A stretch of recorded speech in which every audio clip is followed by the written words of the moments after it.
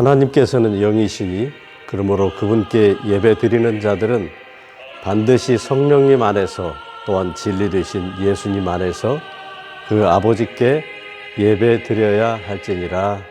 아멘. 오늘도 각처에서 드려지는 예배 가운데 하나님의 위로와 평강이 더하여 주시고 우리의 필요를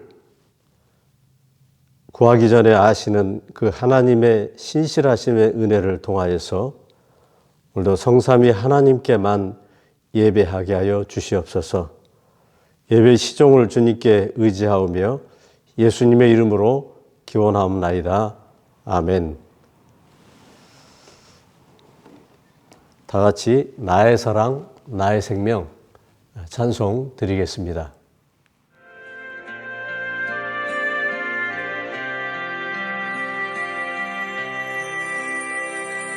나의 사랑,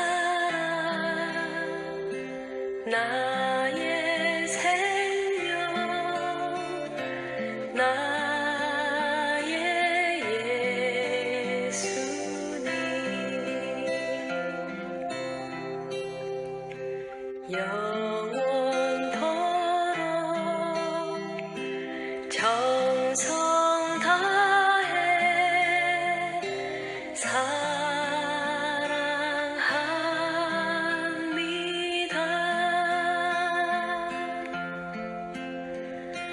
나의 힘 되신 여호와여, 내가 사랑합니다.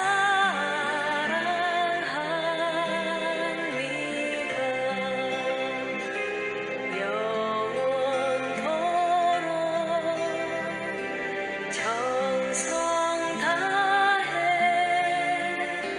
사랑합니다.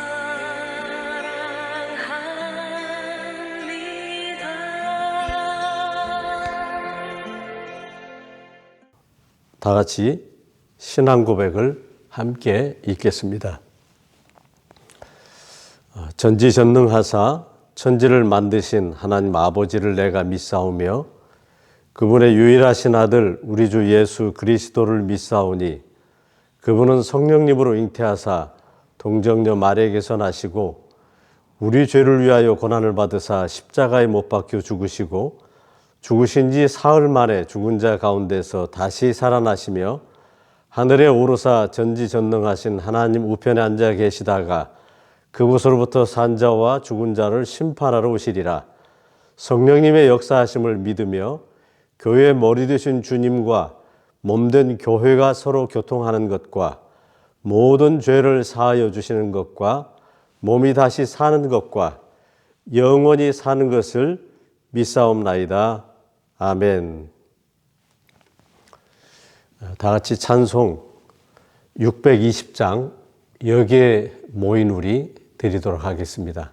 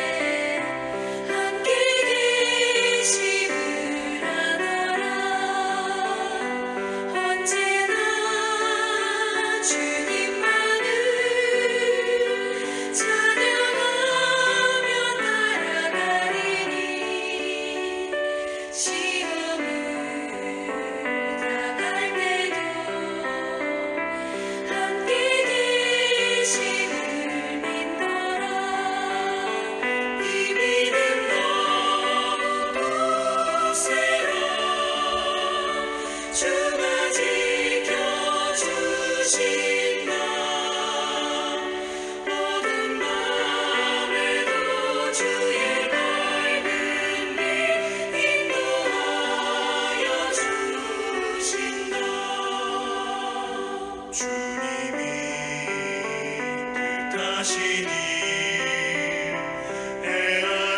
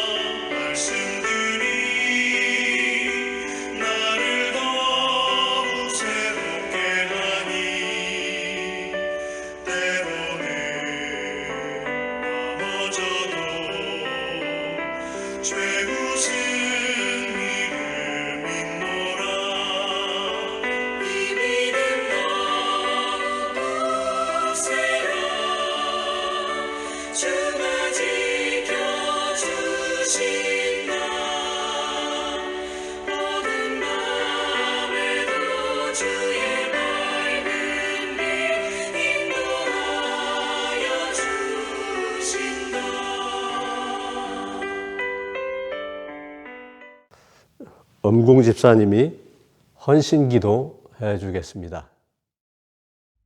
사랑이 많으신 하나님 아버지, 세상이 어려운 이때 온라인으로나마 하나님께 예배드릴 수 있게 하시니 감사드립니다. 이번 코로나 사태를 통하여서 얼마나 그동안 우리가 주일에 한 번씩 나와 하나님께 예배드리는 것이 감사하고 소중했던 시간이었는지를 새삼 깨닫게 되는 시간이 되는 것 같습니다. 주님, 저희가 비록 각자의 가정에서 예배드리고 있지만 예배에 소홀히 하지 않기를 바랍니다. 각자의 가정에서도 예배자로서 하나님께 신령과 진정으로 예배드릴 수 있는 비전교회 성도들이 되기를 바랍니다.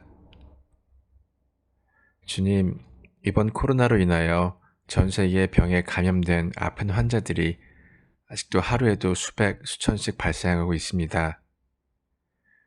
주님께서 그들을 치유하시고 그들의 몸과 영혼을 강건하게 하옵시며 또한 젊고 건강한 이들이 의도하지 않게 이 질병을 퍼뜨리지 않도록 주의를 기울이는 마음을 그들에게 주시기 원합니다.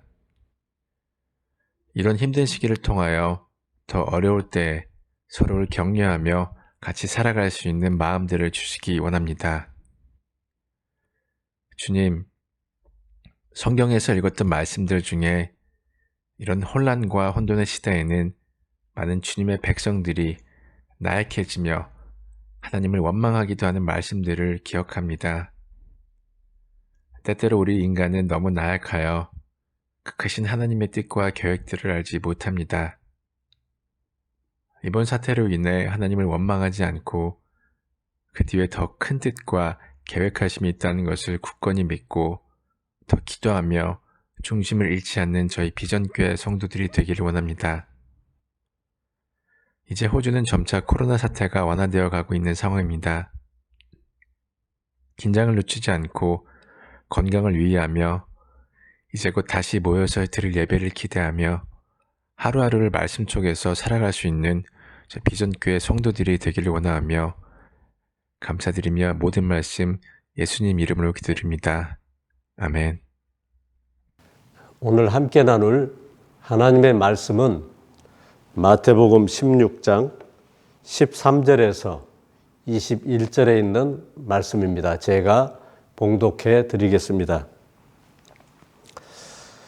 예수께서 빌립보 가이사랴 지방에 이르러 제자들에게 물어 이르되 사람들이 인자를 누구라 하느냐 이르시되 더러는 세례 요한 더러는 엘리야 어떤 이는 예레미야나 선지자 중에 하나라 하나이다.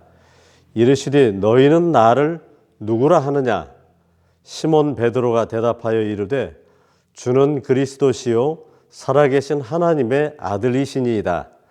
예수께서 대답하여 이르시되 바요나 시몬아 네가 복이 있도다. 이를 내게 알게 한 이는 혈육이 아니요 하늘에 계신 내 아버지시니라. 또 내가 네게 이르노니 너는 베드로라. 내가 이 반석 위에 내 교회를 세우리니 음부의 권세가 이기지 못하리라.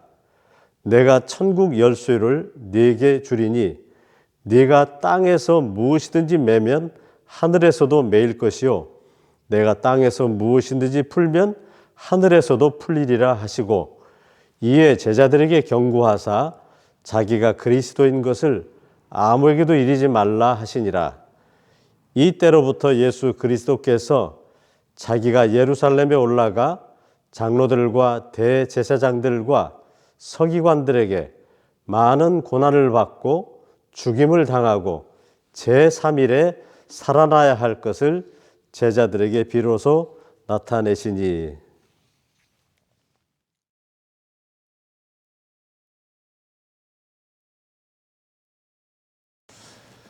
한 주간 평안하셨습니까? 저희 비전장로교회가 온라인 예배를 시작한 지 벌써 2달이 되어 갑니다. 여러 가지로 미흡한 시작이었지만 성도님께서 열심히 함께 참여해 주시고 격려해 주셔서 감사를 드립니다. 그런데 이렇게 온라인 예배를 드리다 보니까 다른 교회에 출석하는 성도님이지만 또 저희 교회 온라인 예배에 참석하시는 분들이 계십니다. 그분들한테 일반 교회에서 예배 때마다 암송하는 사도신경과 비전 장로교에서 신앙 고백으로 드리는 이 사도신경의 내용이 조금 다른데 왜 그런지 성경적으로 자세히 알고 싶으시다는 말씀을 여러 차례 들었습니다. 물론 우리 교회에서는 처음 시작할 때부터 사용하던 신앙 고백이고 또 제가 기존에 있는 사도신경의 문제점을 성경적으로 이미 설명하였기 때문에 다르게 고쳐진 그 부분의 내용을 이미 잘 알고 계실 줄 압니다. 지난주에도 말씀드린 것처럼 그 기초가 복음 위에 세워진 것이 아니라면 전통적으로 내려오는 사도신경이라 할지라도 우리는 그것을 올바르게 전해야 될 책임이 있습니다. 그래서 오늘은 우리가 하나님께 드려야 할 올바른 신앙 고백은 과연 어떤 것이며 기존의 사도신경의 문제점은 무엇인지 본문 말씀을 통해서 살펴보겠습니다. 오늘 말씀에 보면 예수님께서 복음을 전하시려고 가이사랴 지방의 빌립보에 도착하신 뒤에 제자들에게 두 가지의 질문을 하신 내용입니다. 그 첫째는 예수님 자신에 대하여 사람들이 인자를 누구라 하더냐 질문하신 것이고 또 두 번째는 그러면 너희들은 나를 누구라고 생각하느냐 제자들에게 물으셨던 내용입니다. 그 질문에 대한 베드로의 대답을 통해서 예수님께서 제자들에게 바른 신앙 고백이 무엇인지 가르쳐 주신 내용을 오늘 본문 말씀에서 확인할 수 있습니다. 오늘도 개역개정 성경 마태복음 16장 13절로 21절의 말씀과 스테판 헬라우 공인사본을 제가 직역한 내용을 비교하면서 말씀을 나누도록 하겠습니다. 먼저 개역개정 16장 13절의 말씀을 읽어보겠습니다. 예수께서 빌립보 가이사랴 지방에 이르러 제자들에게 물어 이르시되 사람들이 인자를 누구라 하느냐 이르시되 더러는 세례 요한 더러는 엘리야 어떤 이는 예레미야나 선지자 중에 하나라 하나이다. 직역된 공인사본의 말씀을 읽어보면 16장 13절입니다. 그리고 그 가이사랴 빌립보 그 지방에 그 예수님께서 오셔서 그 제자들에게 물어 말씀하시기를 그 사람들이 인자인 나를 누구라고 그들이 말하느냐 하시니 그러자 그들이 대답하되 참으로 어떤 사람은 세례 요한네스라 그리고 다른 이는 엘리야스라 그리고 또 다른 이는 예레미야스나 그 대언자들 중에 하나라 하나이다. 당시 사람들은 예수님을 보고 엘리야나 예레미야나 또는 세례 요한 같은 대언자 중에서 하나가 살아난 사람이라고 생각했습니다. 왜냐하면 예수님께서 물고기 2마리와 보리떡 5개로 5,000명을 먹이신 것도 보았고 또 말 못하는 사람을 말하게 하시는 그런 역사도 보았고 또 보지 못하는 사람들이 보게 되고 걷지 못하는 사람이 걷게 되는 수많은 기적을 사람들이 눈으로 직접 보았기 때문에 어쩌면 그렇게 생각하는 것이 당연한 일일 것입니다. 그러나 중요한 것은 예수님께서 그런 사람들의 생각을 알고 싶어서 제자들에게 사람들이 인자를 누구라 하느냐 물어보신 것이 아닙니다. 이미 예수님께서도 사람들의 생각을 다 알고 계시지만 그런 사람들의 생각과 다를 바 없는 이 제자들에게 예수님 자신이 누구인지를 바르게 알려주시려고 물어보신 것입니다. 그래서 15절에 너희는 나를 누구라 하느냐 제자들에게 물어보신 이 질문에는 그러한 뜻이 담겨져 있습니다. 제가 15절로 17절까지 읽겠습니다. 이르시되 너희는 나를 누구라 하느냐 시몬 베드로가 대답하여 이르되 주는 그리스도시요 살아계신 하나님의 아들이시니이다. 예수께서 대답하여 이르시되 바 요나 시모나 네가 복이 있도다. 이를 내게 알게 한 이는 혈육이 아니요 하늘에 계신 내 아버지시니라.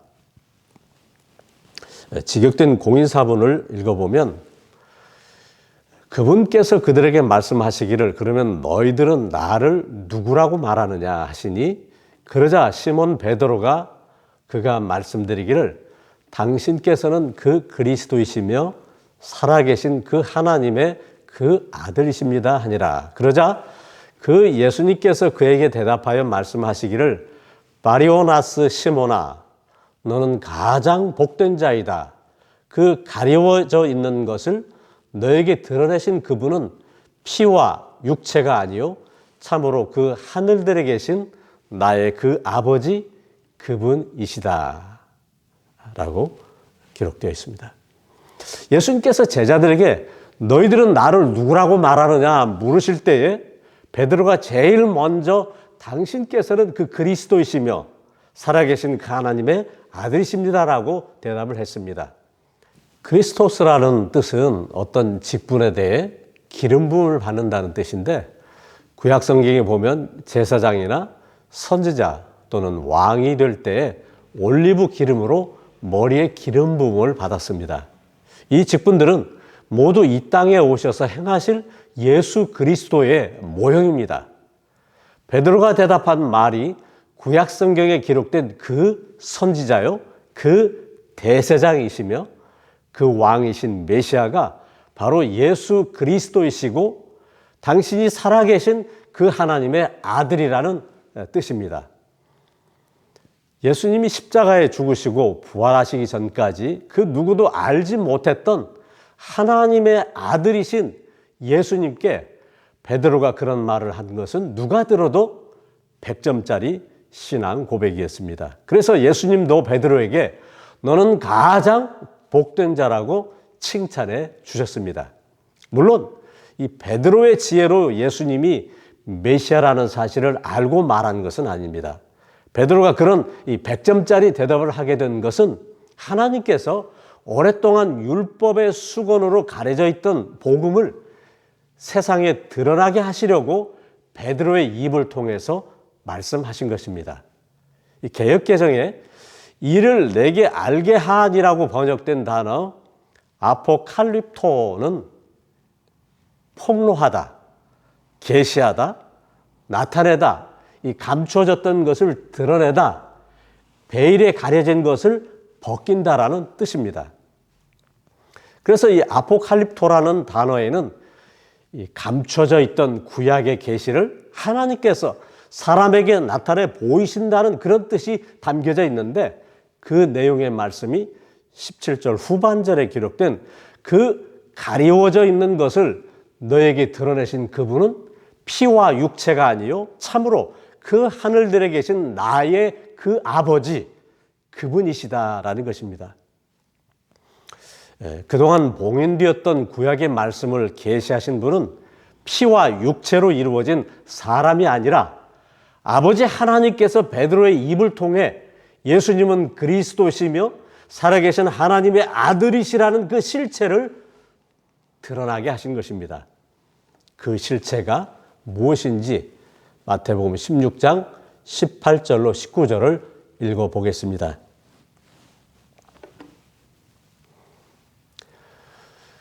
18절입니다. 또 내가 네게 이르노니 너는 베드로라. 내가 이 반석 위에 내 교회를 세우리니 음부의 권세가 이기지 못하리라. 내가 천국 열쇠를 네게 주리니 네가 땅에서 무엇이든지 매면 하늘에서도 매일 것이요 내가 땅에서 무엇이든지 풀면 하늘에서도 풀리리라 하시고 했는데 이 말씀은 교회에서 가장 많이 왜곡되는 말씀이고 또한 로마 카톨릭에서는 가장 중요하게 여기는 내용이기도 합니다. 그래서 개역개정에서 너는 베드로라 내가 이 반석 위에 내 교회를 세우리니 하는 이 모호한 번역 때문에 기독교에서는 예수님께서 100점짜리 신앙 고백을 한 베드로를 반석이 되게 하시고 그 위에 교회 기초를 세우시는 복을 주셨다는 엉터리 해석을 하게 되었습니다.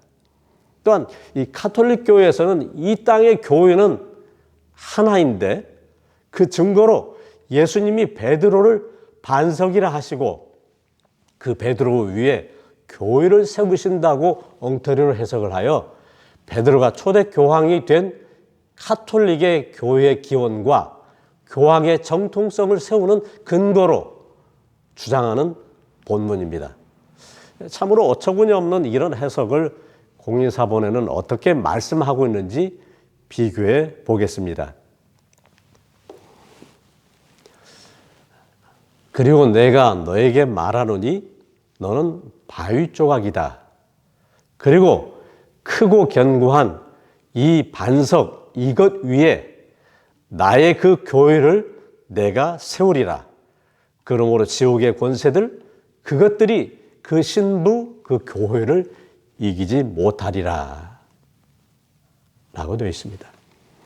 베드로는 이 그리스어로 페트로스라고 하는데 그 뜻은 돌멩이나 부서진 작은 바위 조각, 작은 돌을 가리킵니다. 그리고 이 본문 말씀에서 크고 견고한 반석은 그리스어로 페트라라고 되어 있습니다. 그 뜻은 큰 바위, 크고 견고한 반석으로 예수님 자신을 가리키는 말인데 원어 성경에서는 이 두 단어 페트로스와 페트라가 분명하게 구분되어져 있습니다.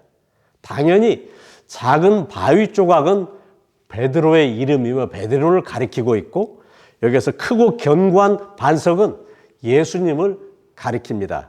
그래서 예수님께서 베드로에게 너는 세상 풍파로 인하여 부서질 연약한 바위 조각 되지만 나는 높은 산성처럼 크고 견고한 그래서 절대로 무너지지 않는 반석이라고 말씀하시면서 예수님만이 오직 반석이 되신다는 뜻으로 말씀하신 것입니다.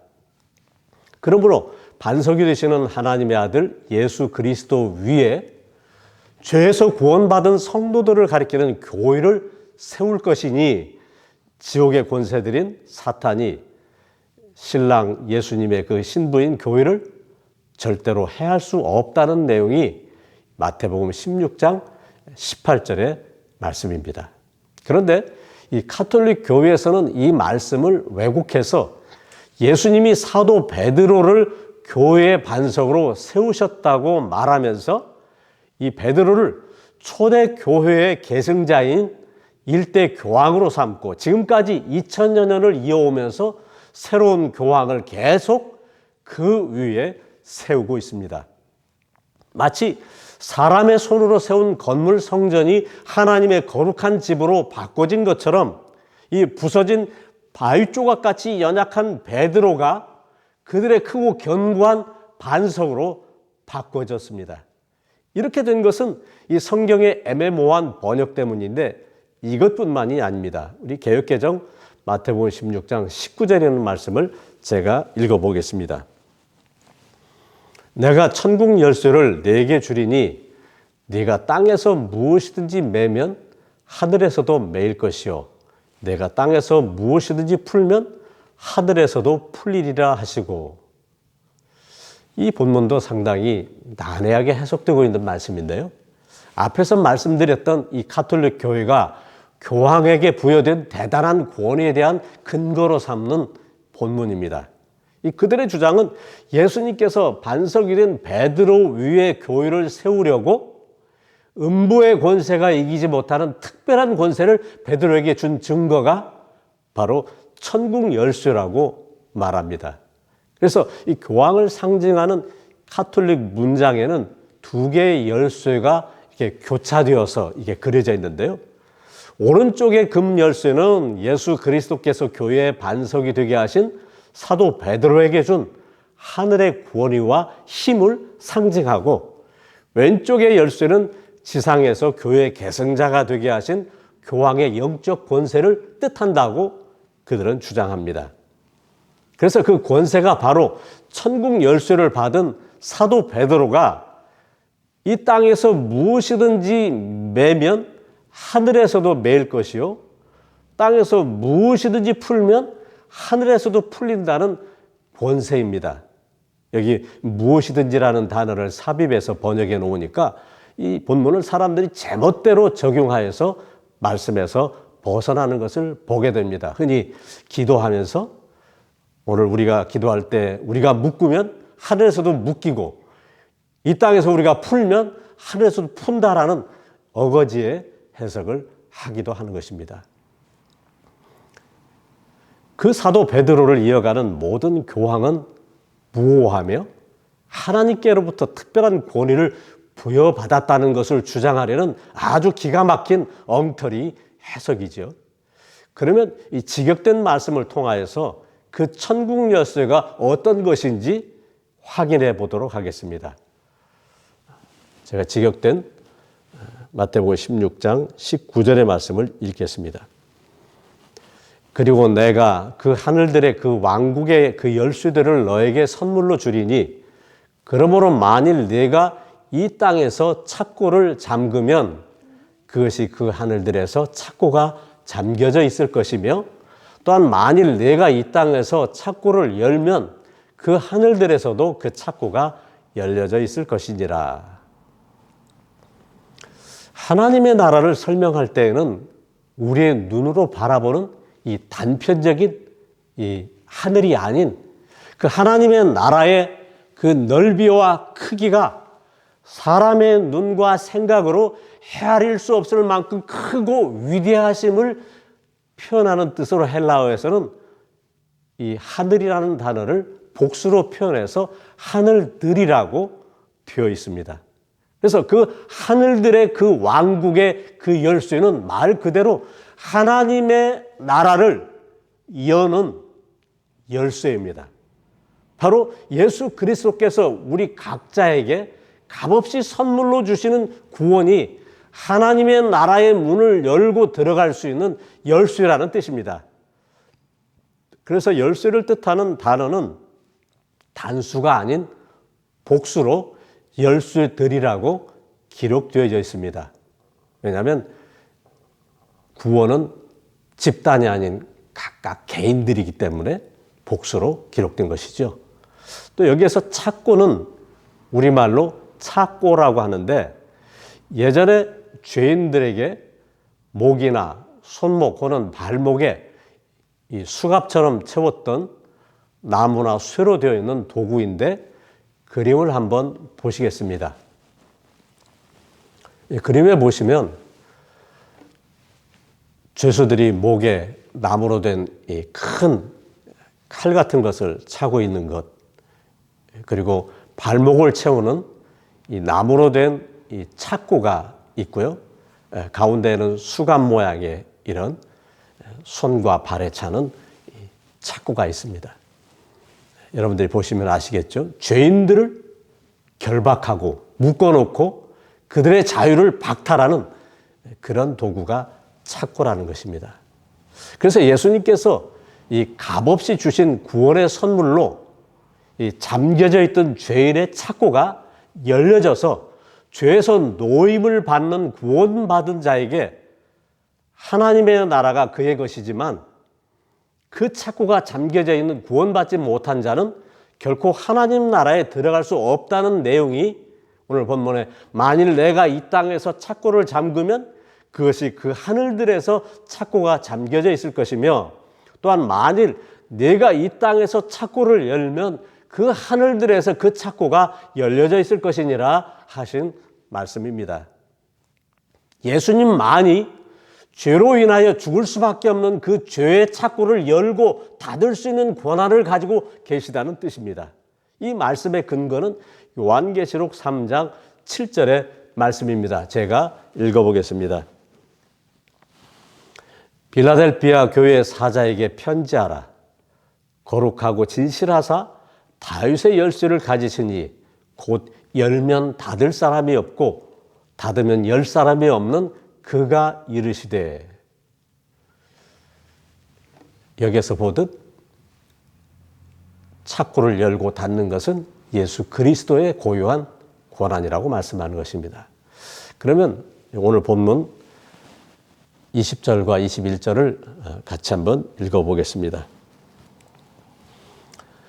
이에 제자들에게 경고하사 자기가 그리스도인 것을 아무에게도 이르지 말라 하시니라. 이때로부터 예수 그리스도께서 자기가 예루살렘에 올라가 장로들과 대제사장들과 서기관들에게 많은 고난을 받고 죽임을 당하고 제3일에 살아나야 할 것을 제자들에게 비로소 나타내시니. 공인직역사본도 같이 또 읽어보겠습니다. 그때 그분께서 그분의 그 제자들에게 경고하사 그 자신이 그리스도 예수님이신 것에 관하여 그 누구에도 말하지 말라 하시니라. 이때로부터 그 예수님 그분께서 그분은 그 제자들에게 그 자신이 반드시 예루살렘을 향하여 떠나가 그리고 그 장로들과 대제사장들과 서기관들로부터 많은 고난을 받고 또한 죽임을 당하신 뒤에 그리고 그 셋째 날에 부활하실 것을 분명하게 가르치셨다. 여기 20절에 예수님께서 그리스도라는 사실을 아무에게도 말하지 말라고 제자들에게 말씀하신 뜻은 그들에게 그 사실을 숨기라는 뜻이 아니라 그들이 그 사실을 말한다 할지라도 사람들은 믿지 않기 때문에 내가 죽고 부활한 뒤에 깨닫게 하시는 성령님이 오실 때까지 기다려야 된다는 뜻입니다. 그러면서 제자들에게 곧 내가 장로들과 대제사장들과 서기관들로부터 많은 고난을 받고 또한 죽임을 당하신 뒤에 정하신 그 셋째 날에 부활하실 것을 가르치셨습니다. 바로 이 21절 말씀이 서두에서 말씀드린 기존의 사도신경의 문제점을 확인할 수 있는 증거입니다. 사도신경이라는 용어는 AD 4세기경에 로마 카톨릭 학자인 루피너스라는 사람이 이 카톨릭의 교리를 집대성하기 위해서 사도신조라는 주석을 쓰면서 시작된 것입니다. 그 내용인즉 12사도가 성령을 받고 예루살렘을 떠나기 전에 모두가 모여서 앞으로 우리가 무엇을 어떻게 전해야 할지 서로 이야기하다가 베드로가 처음 한 구절을 기록하자 다른 사도들도 각각 한 구절씩 써서 완성된 것이 사도신경이라고 주장하면서부터 시작된 이야기입니다.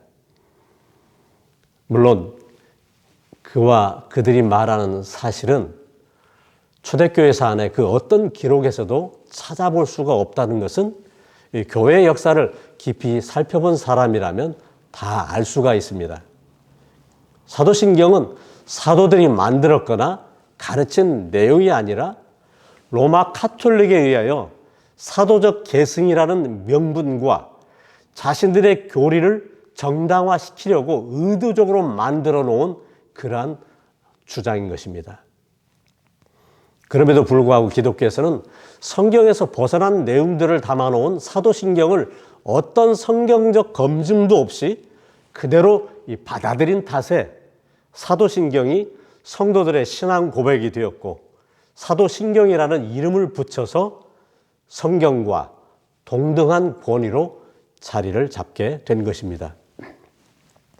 그런 이유로 이 사도신경을 예배 순서에서 빼게 되면 대부분의 성도들은 이 교회는 좀 이상한 교회인가 보다 생각하게 되었다는 것이 사실 심각한 문제입니다. 그래서 이 사도신경의 문제점이 무엇인지 이 전체를 하나하나 살펴보기에는 시간이 많이 소요되기 때문에 오늘 본문 말씀을 중심으로 성경에서 벗어난 몇 가지만 정리하여서 간단히 말씀드리도록 하겠습니다. 그 첫째가 오늘 본문 16장 21절에 있는 말씀에는 그 장로들과 대제사장들과 서기관들로부터 많은 고난을 당하시고라고 하였는데 이 기존 사도신경에는 본디오 빌라도에게 고난을 받으사로 되어 있습니다. 이렇게 쓴 이유는 당시에 이스라엘이 로마의 지배 아래 있었기 때문에 로마의 총독 빌라도가 이 공적 신분을 가진 대표로서 예수님의 사형을 판결한 사람이기는 하지만 그러나 성경 말씀의 내용을 보면 빌라도는 계속 예수님께서 죄가 없음을 알고 무지방면하려고 노력했던 사람입니다. 그러나 대제사장들과 서기관, 장로들인 종교 지도자들이 군중을 앞세워 빌라도를 정치적으로 압박을 해서 예수님을 죽게 하였습니다. 그러나 성경대로 대제사장이나 종교 지도자들을 예수님을 죽인 주범으로 기록하게 되면 대제사장과 제사장의 직분을 이어받았다고 그들이 주장하는 이 교황과 사제들의 권위가 떨어지게 되고 혹여 피해를 볼 수 있다는 생각 때문에 이 카톨릭에서 성직자의 권위와 명예를 보호하기 위해서 본디오 빌라도에게 예수님을 죽인 그 죄를 뒤집어 씌운 것입니다. 물론 그럼에도 불구하고 성경 전체에서 말씀하시는 것은 예수님이 십자가에서 죽게 되신 그 이유는 죄로 인하여 죽을 수밖에 없는 우리 모두를 구원하시기 위함입니다. 그 누구도 부인할 수 없는 바로 내 죄를 위하여 고난을 받으셨기 때문에 당연히 빌라도가 아닌 우리 죄를 위하여 고난을 받으사라고 고백하는 것이 진정한 신앙 고백입니다. 사도신경에서 두 번째로 잘못된 것은 오늘 본문 16절 후반절에 그들에게 죽임을 당하시고 그 셋째 날에 부활하실 것을 제자들에게 가르치신 말씀입니다. 기존 사도신경에는 죽임을 당하시고 그 셋째 날에 부활하셨다는 이 말씀을 장사한 지 사흘 만에 부활하신 것으로 고쳤습니다. 그 이유는 안식일 문제 때문입니다. 장사라는 말은 죽은 사람을 땅에 묻는 것이기 때문에 죽은 시간과 장사하는 시간은 분명히 다릅니다. 그러나 로마 카톨릭 교회는 여러 가지 정치적, 종교적인 이유로 토요일 안식일을 지금의 일요일로 안식일을 바꾼 사실 때문에 예수님께서 3일 만에 부활하신 시간을 억지로 맞추기 위해서 죽으신지를 장사한지로 고쳤습니다. 이것은 한 채의 오차도 없으신 하나님의 말씀을 거짓으로 바꾼 것입니다. 예수님께서는 6월절에 죽으시고 짧은 3일이 되는 토요일 안식일에 부활하실 것을 절기와 제사법들과 성막의 규격들 안에 다 담아놓으신 이 구약의 말씀대로 6월절에 죽으시고 죽으신 지 셋째 날인 안식일에 부활하셨습니다. 신약성경 사복음서에서 15일 목요일 6월절 오후 3시에 예수님이 죽으셨고 16일 금요일 새벽 어느 시에 무덤에 장사되었으며 17일 토요일 새벽 시간에 부활하신 것을 정확히 확인할 수 있습니다. 그러므로 우리는 당연히 장사한 지 사흘 만이 아닌 죽으신 지 사흘 만에 죽은 자 가운데에서 다시 살아나시며 라고 고백하는 것이 맞는 것입니다. 세 번째는 거룩한 공회와 성도가 서로 교통하는 것입니다. 거룩한 공회는 로마 카톨릭 교회를 가리킵니다. 원래 공회는 모세가 이스라엘 백성들을 이끌고 가나안에 들어가는 여정에서 하나님이 말씀대로 70일의 장로를 세워서 모세를 도왔던 모임을 말합니다. 이것이 신약시대에는 공회를 산에 들인 공회라고 불렀는데 대제사장이 의장이 되고 71명으로 구성된 유대인의 최고 권력 기관입니다. 그런데 이 로마 카톨릭 교회가 이 공회를 사도신경에 쓰게 된 이유는 복음이 아닌 과거의 율법과 성전과 성직이라는 거룩한 명분으로 묶어놓은 이 카톨릭 교회가 지상의 모든 교회를 대표한다는 것을 믿는다는 그러한 뜻으로 말한 것입니다. 그래서 그 거룩한 공회와 성도가 서로 교통하는 것과라고 되어 있는데 이 로마 카톨릭 사도신경에서 말하는 이 성도가 서로 교통한다는 것은 예수님의 십자가의 은혜로 구원받은 성도들 간의 교제를 의미하는 것이 아닙니다. 로마 카톨릭 교회 안에서 죽은 지 오랜 세월이 지나 그 업적에 따라 추대된 이 성인들을 가리키는데, 그 죽은 성인들과 살아있는 성도와 교통하게 되는 것을 믿는다라는 그런 뜻입니다. 그래서 이러한 가톨릭 공회와 죽은 성인 간에 서로 교통한다는 뜻으로 성경 말씀과 아무런 상관이 없는 그들만의 교리인 것입니다. 교회의 머리 되신 주님과 몸된 교회가 서로 교통하는 것이 진정한 신앙 고백입니다. 복음은 이 땅에서 오직 예수 그리스도의 피로 모든 죄 사함을 받은 거룩한 성도들이 죽어서 몸이 다시 사는 것과 영원히 사는 것입니다. 그래서 오늘 간략하게 이 세 가지만을 얘기했는데, 이것만 보더라도 결론적으로 기존의 사도신경은 성경 말씀 안에서 바르게 세워진 신앙 고백이 절대 아닙니다. 사람의 생각으로 만든 헛된 철학과 속임수일 뿐인 것입니다.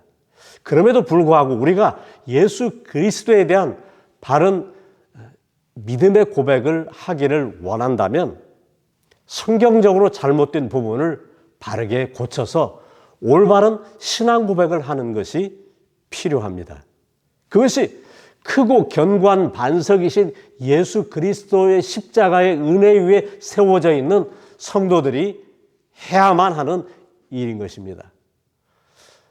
사랑하는 성도 여러분, 오늘 증거된 말씀을 기억하시면서 이 바른 신앙에 대한 확신과 고백으로 여러분의 삶에 견고하게 붙드시는 하나님의 은혜와 축복하심이 넘치시기를 주님의 이름으로 축원을 드립니다. 연보기도 드리겠습니다.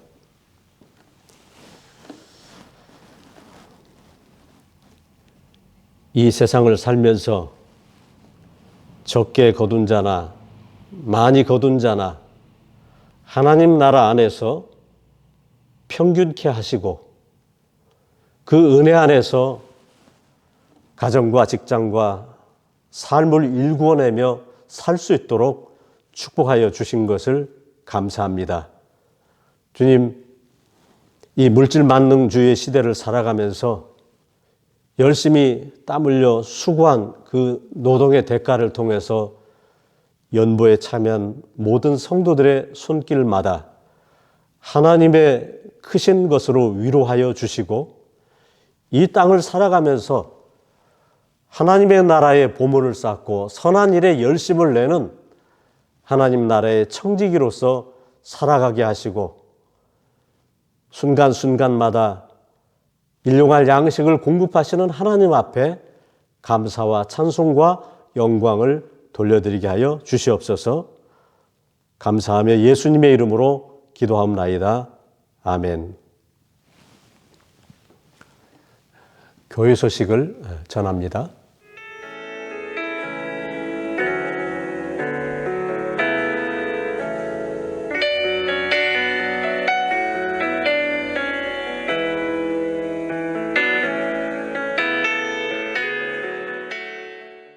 기도하겠습니다. 지금은 창세전에 택할 자를 선별하시고 구원하여 주시기로 작정하신 아버지 하나님의 놀라우신 섭리와 그 섭리의 시작과 끝이 되어서 십자가로 구원을 이루시고 머지않아 다시 오실 예수 그리스도의 은혜와 이 모든 역사적 사실들에 대하여 알게 하시고 믿게 하시고 고백하게 하시는 성령님의 감동 감화 위로 충만하심의 은총이 다시금 세상에 나가 살면서 진정한 하나님의 하나님됨을 말씀을 통하여 고백하기로 다짐하는 성도들 머리마다 항상 함께 계실지어다. 아멘. 안녕하세요, 위생장애 교회 여러분. 한 주간 잘 지내셨나요? 요즘 날씨가 많이 추워졌어요. 모두 감기 조심하시고 다음 시간에 봬요.